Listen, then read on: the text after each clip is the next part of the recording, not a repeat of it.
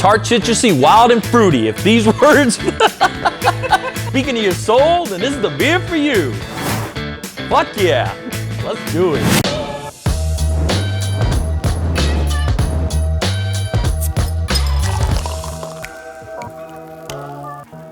So Wild Grove is actually one of the beers that's going to be in our first quarter Preservation Society pack. So we're pretty excited about it. This paired actually pretty nicely to another Saison we did that's more dry and more funk forward. This beer is definitely going to be a little bit slight more tartness to it. So this is a blend of beers, basically a foeder Saison blended with some of our sour blonde. And then we add tons of tangerines, cara oranges, some orange zest, and it gives it a really nice fruity tartness. Oh yeah, look at that beautiful, beautiful golden pour. So nice.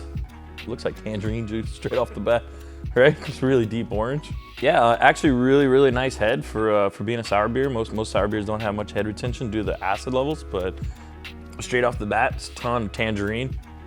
Really, really nice deep orange character. So not really a sweet orange character, but more of like a orange pithiness. Yeah, and a ton of I'd say orange juice flavors. So it's actually pretty surprising. It's not as acidic as orange juice, but it's like all the nice parts of orange juice in a glass. If I was gonna pair this with anything, I truly believe this is more of a breakfast style beer. That is a thing for people out there. You can definitely have beer at breakfast. Nobody's gonna judge you. Wild Grove, since it is more of a wild style, I think I would take a bagel and spread some avocado on it, put little slices of tomato and a little salt. Be perfect next to this. So this is Saison D'Hiver. This is our winter Saison. So we've been playing around with a lot of like different treatments of like our foeder Saison, and this is one of them. So we find that the foeder Saison has a lot of like spicy notes to it that kind of lend already into like a winterish type of style of beer. So what we did with this is we added some orange peel, then re-fermented some apricots on top of it, a really nice apricot puree. Then we added some spices, like cardamom, coriander, like I think orange peel, and oh yeah, that traditional beer pouring sound. Do you hear it? So amazing on the nose. It's cardamom, ginger, and orange peel. Knowing what I know about the base beer, being from the foeder, you don't typically get that very strong off the base beer, so that's definitely coming through from the addition of those ingredients. And then you get that nice foeder funk, that foeder nose. Definitely taste the apricots and orange peel on that, and cardamom for sure up front. Ginger isn't too strong. I'd say it's definitely more on the nose than any of the flavor. Yeah, it's a really nice winter beer. So coming from Teru, being a Teru beer, I would say this is one of the lowest sour levels we will ever produce. This is more of a funk than a tartness. I think a lot of people, you know, when you say like wild beer, a lot of people think immediately like, oh, it's sour. That's not always the case. Sometimes it's just a funky Brett fermentation that lends itself to being wild, and that's what we have here. Not too much tartness at all. I am Sam Stone. I'm the pilot brewer here at the brewery. So I work on the innovation of creating new beers that just making sure that they're delicious before we scale them up. So this is our Belgian-style pale ale. It is made with our house yeast. It's a Belgian yeast strain. It'll give off a lot of bright fruity esters as well as a little bit of peppery phenolic character as well. It pours beautifully. Really clear, brilliantly clear, you could say. Really nice thick foam, beautiful white color, tight lacing. Yeah, on the nose, it's a very Belgian. Up front, you get all those esters, all the fruit.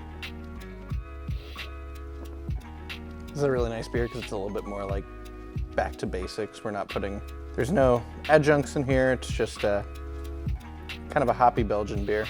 It's got a lot going on. It's got just a really great nose on it. Yeah, it's got a lot of bubble gum. A little bit of clove from the yeast as well. Just a little bit of like, almost like the pith, like it's a little bit like of an orange pith character to it. It's really nice. Yeah, this beer comes in at 4.5 ABV, which is about a quarter of Black Tuesday, as we would refer to it here.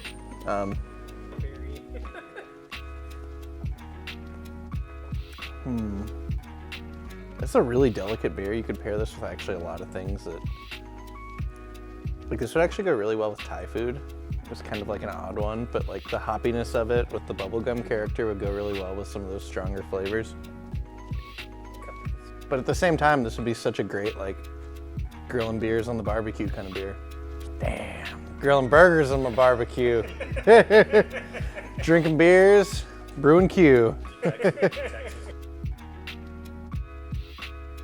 Well, here we are back again to talk about white chocolate.